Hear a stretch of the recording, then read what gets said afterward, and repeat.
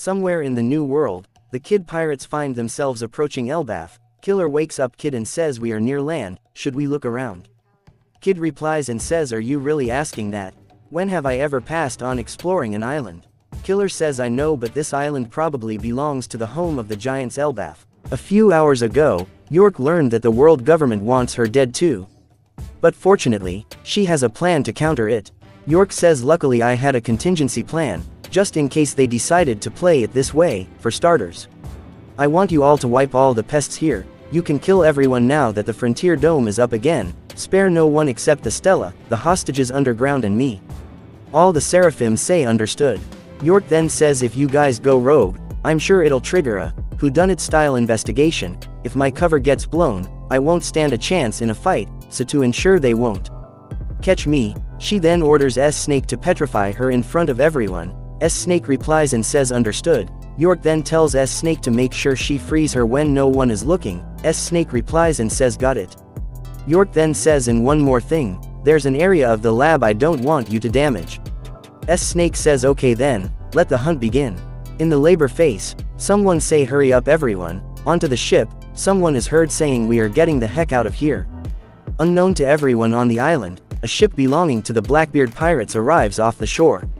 In Warland Elbaf, New World, someone asks why are the Kid pirates doing here, and asks if they came for their beloved chief. The captain of the Puddle Pirates, Padded Toe Garotini says, "I won't ribbit myself again, you're not going to see him, so just hop off." The head of the Social Club Pirates, Brave Tooth Fugar, says he speaks the tooth. Princess of the Bourgeoisie Pirates, Panicky Paruru says, "I hate you guys." Kid is unconvinced and says, "What the hell, are these jokers with the red-haired pirates? This is supposed to be the New World, isn't it?" But Killer reminds him that there are several big names in the fleet, so he should not let his guard down. Kid says, "Don't worry, I never pull my punches." Shanks, knowing very well that his fleet is weak, he orders someone to tell them to retreat. Someone says, "What are you saying, Chief? We won't let them lay a finger on you." Shanks replies and says, "I appreciate the sentiment, but I want all ships to fall back." A lady says, "You're heading out, Chief." A man says, "We only just met up." Shanks replies and says, "I was just stopping by, but I lost track of time, and the big shot showed up, so I need to deal with him." Shanks orders someone to get those ships to move and open a path.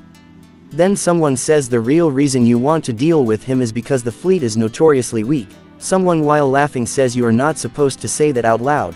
Granny Ori says, "A bunch of us wouldn't have lived this long, if it wasn't for your flag's protection." A man says, "The only enemy you want to worry about is Father Time, Granny Ori." Granny Ori replies and says, well, aren't you cheeky?" Lucky Roo says, "Don't sweat it, we can handle it." Shanks says, "You shouldn't underestimate the growth of the youngster, his head is worth 3 billion after all." Shanks then asks if he had enough time to heal, since he was in Wano. Usopp replies to Shanks and says he looks lively enough, and he seems up for a fight. Shanks says, "I guess it's fine then." Shanks says, "Any info on Blackbeard?" Ben Beckman throws a paper to Shanks and says, "Nope. Last we had he left Pirate Island." Shanks says, "I was sure he was going to show his face in Wano." Ben tells Shanks that they got some information about Captain Kidd. Shanks says, "So he's from the South Blue, he sure did lot of rampaging to make it this far." Kid asks how many ships are out there. Killer replies and says, 9, and there's plenty of faces I recognize from the bounty posters of them. Kid replies and says, "I don't give a damn who we are up against." When Kid forms his railgun to launch damned punk at the fleet, Shanks foresees the damage it will cause. Ben Beckman says, "Sounds like you have seen a hell of a future." Someone says, "What the hell is that? Some kind of a massive cannon?" Then someone says, "Is it me or are we getting pulled in?"